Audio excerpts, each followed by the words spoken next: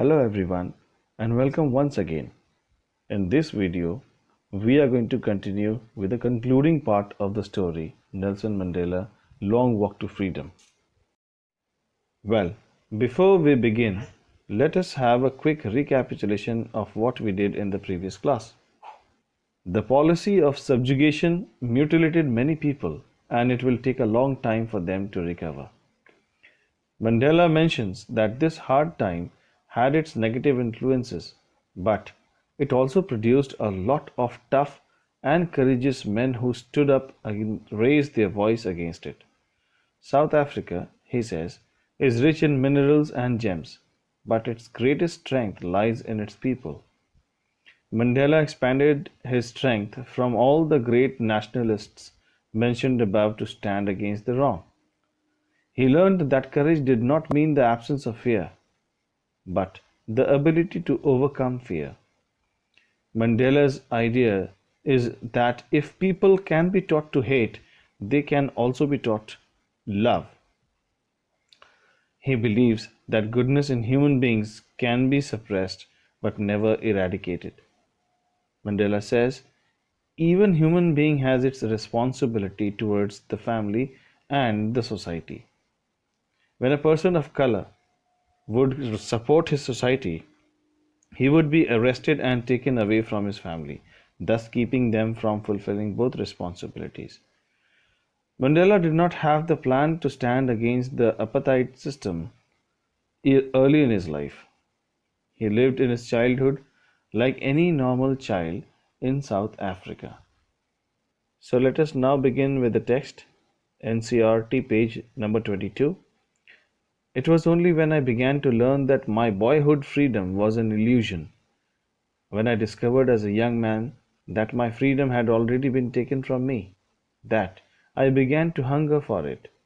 At first, as a student, I wanted freedom only for myself, the transitory freedoms of being able to stay out at night, read what I pleased, and go where I chose. Later, as a young man in Johannesburg, I yearned for the basic and honorable freedoms of achieving my potential, of earning my keep, of marrying and having a family, the freedom not to be obstructed in a lawful life.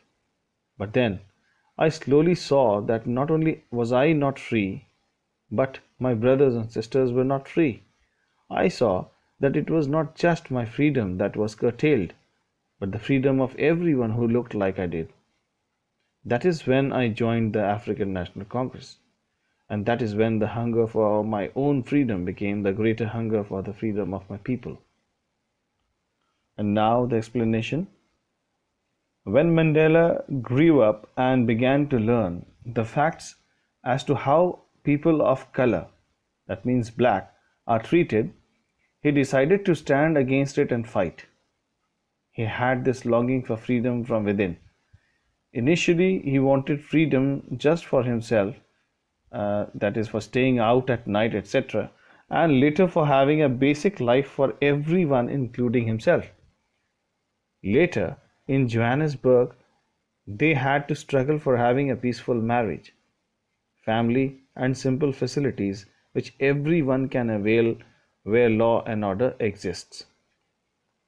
Mandela joined the African National Congress when he understood it is not only him whose basic rights were curtailed, but of all those who looked like him. He had this fire inside him to free his people from the injustice. And now the concluding part of the story. Page number 22, NCERT. It was this desire for the freedom of my people to live their lives with dignity and self-respect that animated my life, that transformed a frightened young man into a bold one, that drove a law-abiding attorney to become a criminal, that turned a family-loving husband into a man without a home, that forced a life-loving man to live like a monk. I am no more virtuous or self-sacrificing than the next man, but I found that I could not even enjoy the poor and limited freedoms I was allowed when I knew my people were not free. Freedom is indivisible. The chains of any one of my people were the chains on all of them. The chains on all of my people were the chains on me. I knew that the oppressor must be liberated just as surely as the oppressed. A man who takes away another man's freedom is a prisoner of hatred. He is locked behind the bars of prejudice and narrow mindedness. I am not truly free if I am taking away someone else's freedom, just as surely as I am not free when my freedom is taken from me. The oppressed and the oppressor alike are robbed of their humanity. And now the explanation of the text.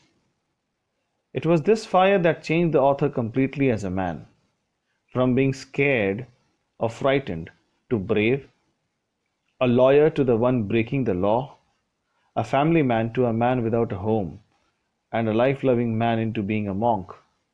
It was the knowledge that he and his people have restricted freedom that made him into a selfless man as opposed to before.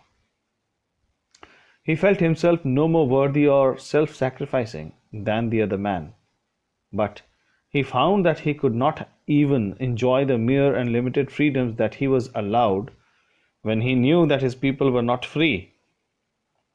He said, freedom is inseparable. Taking it away from some meant taking it away from everyone, and that meant taking it away from Mandela. The chains on any one of his men was chains on his people and on him. He recognizes that the need to free the oppressor is as high as that of the oppressed, because the oppressor is restricted by the restraints of hatred. He has the burden of all the people who he has plagued, for he carries the curses of all their families.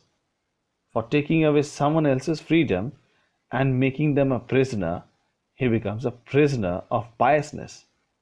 Thus, he is deprived of his humanity and is needed to be freed. Well, now some new words that we have encountered in the text so far.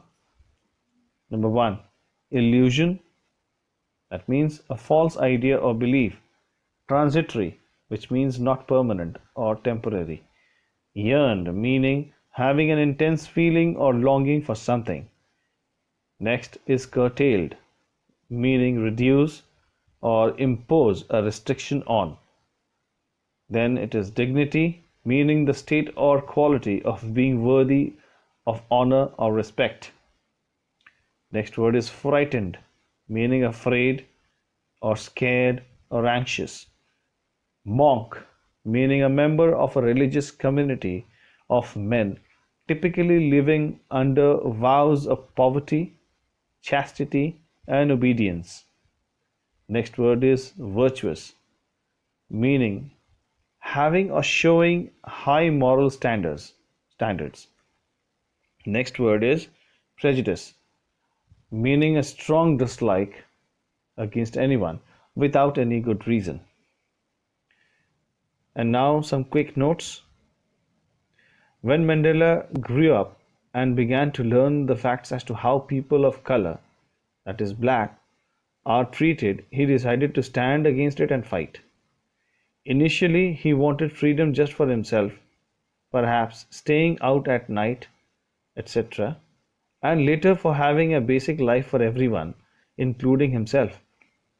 Later in Johannesburg, they had to struggle for having a peaceful marriage, family, and simple facilities. Mandela joined the African National Congress, the ANC, when he understood it is not only him whose basic rights were curtailed, but of all those who looked like him. He had this fire inside him to free his people from the injustice.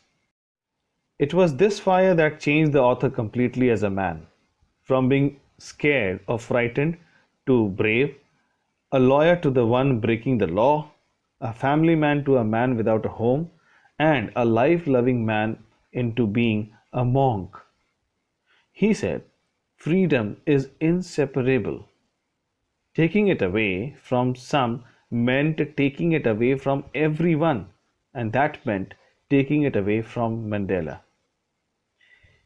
He recognizes that the need to free the oppressor is as high as that of the oppressed because the oppressor is restricted by the restraints of hatred. For him, the oppressor becomes a prisoner of biasness. Hence, he needs to be freed as well, as he is deprived of his humanity. And now, some important questions thinking about the text. Question number one: why did such a large number of international leaders attend the inauguration? What did it signify the triumph of? Number two: what does Mandela mean when he says he is simply the sum of all those African patriots who had gone before him? Number three: would you agree that the depths of oppression create heights of character? How does Mandela illustrate this? Can you add your own examples to this argument? Number four: how did Mandela's understanding of freedom change with age and experience? And number five: how did Mandela's hunger for freedom change his life? Well, these questions are very important and needs to be done in your school notebook as home assignment. Well, with this, we come to an end of this chapter, and that's all in this video. I hope you have understood the chapter. Thank you.